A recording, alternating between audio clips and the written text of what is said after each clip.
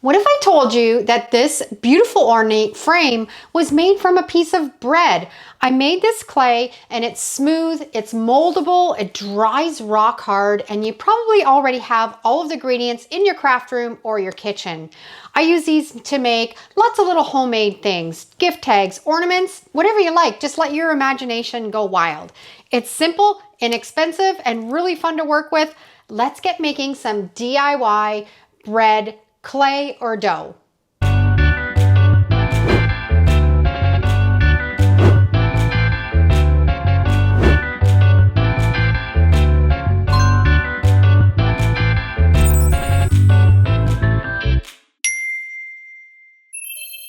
To put this recipe together, you're going to need 2 slices of white bread, and you want to remove the crust. So we'll just do that quickly. We'll cut the crust off, and then we'll throw it in our bowl. I find this works best with a white bread. The brown bread doesn't seem to hold together as well. And we'll throw that into the bowl. Now that we have all the crust cut off the white bread, we're going to be using Elmer's school glue. Any type of school glue will work, and you can use the white or the clear. We're gonna put in 2 tablespoons. I think this might be easier if we just take the lid off. We're gonna put in 2 tablespoons into that white bread. 1. This is a really fun recipe to do with the little ones. If you have grandkids, nieces, nephews, or you're a teacher and you want to make some at school, it's great because it's a non-toxic recipe that they can get their hands in and have a lot of fun with. The other nice thing is they're just using pantry staples, bread, glue. I also like to put in a little bit of cornstarch. Just a pinch. And what that does is it's just going to make the recipe, I probably should have used the spoon. Now I got dirty fingers. It's just going to make the recipe just a little bit smoother. I would say maybe like 1/4 of a teaspoon. And I want to wipe this on my pants so bad. I'll be back. I'm going to wash my hands. And then you just get your hands in and get mucking. Squish that bread into the glue until you get like a Play-Doh consistency. You just want to mold it all in. And of course, if you're making projects that use more dough, then you can increase, just double the recipe or triple it. The only thing you have to be mindful of is it doesn't store very well. So only make what you're going to be using. Don't mix any more because it just will dry up really quickly on you. And you can see, you just want to really mix it with your fingers until it gets nice and smooth.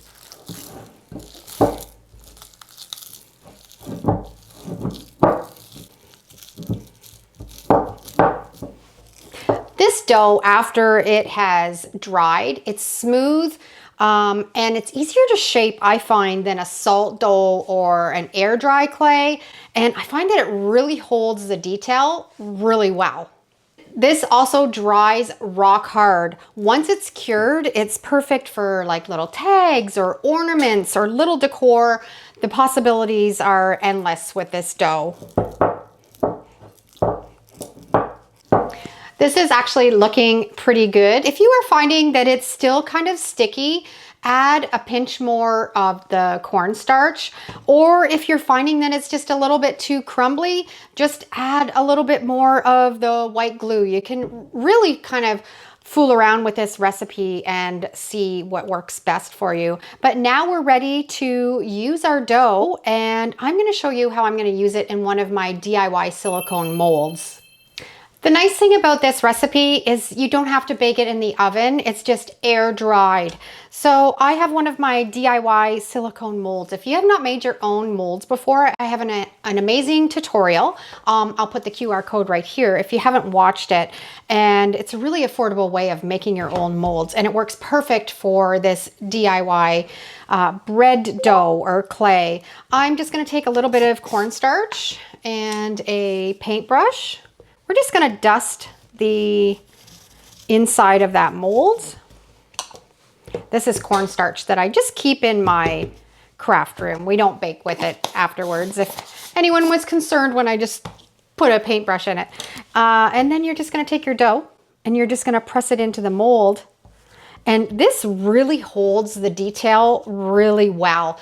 Now you wanna let your pieces dry on some, if you're not using a silicone mold, on a piece of parchment paper or maybe wax paper. And then about halfway through the drying time, you want to flip them through so they don't curl up. And of course, the drying time is going to depend on your humidity. It can take anywhere from 24 hours to 48 hours, depending if you're in an area there where it's really humid and rainy.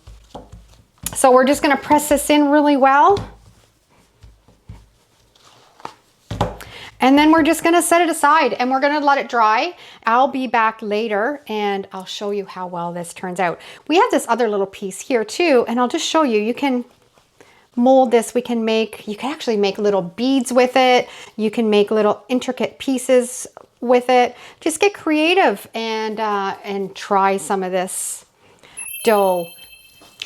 And we're back. Everything is all dry. We're just gonna take this out of the molds. And the detail is so beautiful. It's got a little bit of cornstarch on this still from the mold, but now that it's dry, you can sand it, you can paint it. Acrylic paint works the best, but the key to this clay is to make sure that you have it sealed really well. If you don't have it sealed, that moisture over time, especially in humid climates, is going to creep into this clay. So I would seal it either with a Mod Podge or even better, a polyacrylic spray in clear. So make sure you have this really, really dry. Decorate it how you want it, and then seal it up with either of these two products, and you're ready to use it on your DIYs. I've painted this with some black acrylic paint, and I took a napkin, and it's got a beautiful floral pattern on it. So I cut a little piece out to put in the middle. We're gonna grab a paintbrush. We're gonna put a little bit of Mod Podge in the middle. This is just one idea of what you can do with this clay. Of course, use your imagination, get creative, get the kids using some of it, and there's so many different ways that you can use this bread clay or dough. Just make sure that when you are drying the clay, you make sure that it dries really, really well, and then seal it up, and you won't have any issues at all. And I'm also going to take I've got some gold Mod Podge. This is antique gold. And I have a little cloth. Mod Podge, a little bit goes a long way. You don't need very much.